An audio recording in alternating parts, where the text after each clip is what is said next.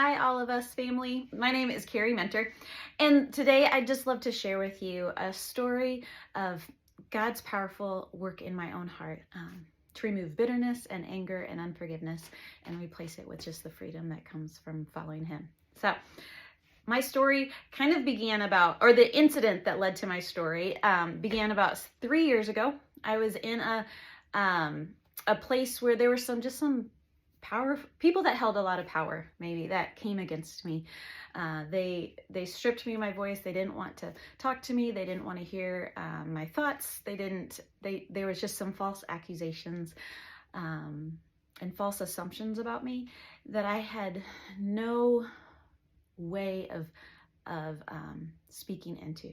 There were decisions being made, actions occurring, and I just found myself so angry because as a result of what was happening, not only was like my community, the people that I loved, kind of stripped from me, but also my ministry was stripped from me. My entire lifestyle had to change because of what occurred behind closed doors about me that I was not allowed to defend myself or even speak into.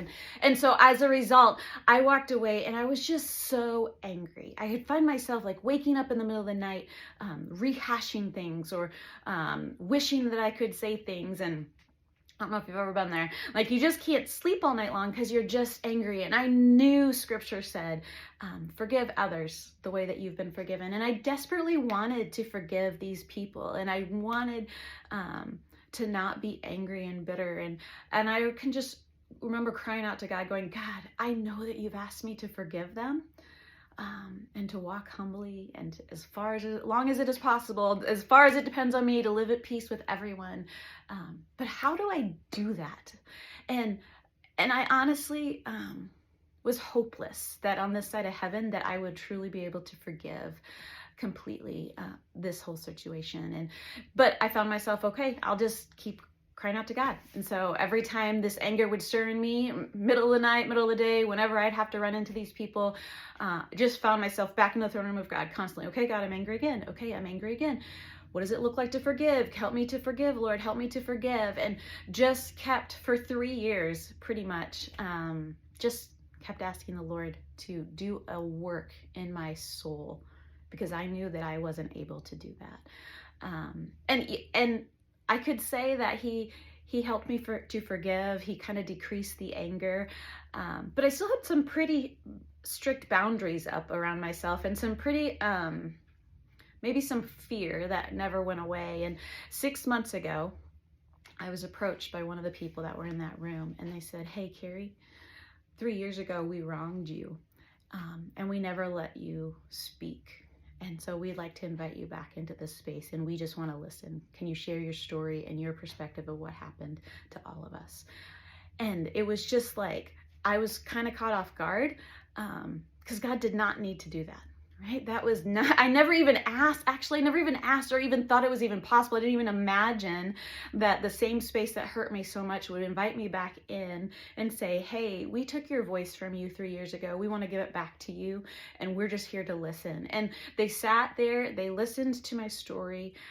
They cried alongside with me. They apologized and took responsibility for their part in the hurt. And it was just like this full circle. I walked out of that room and I went, wow, I didn't even imagine that God was capable of that.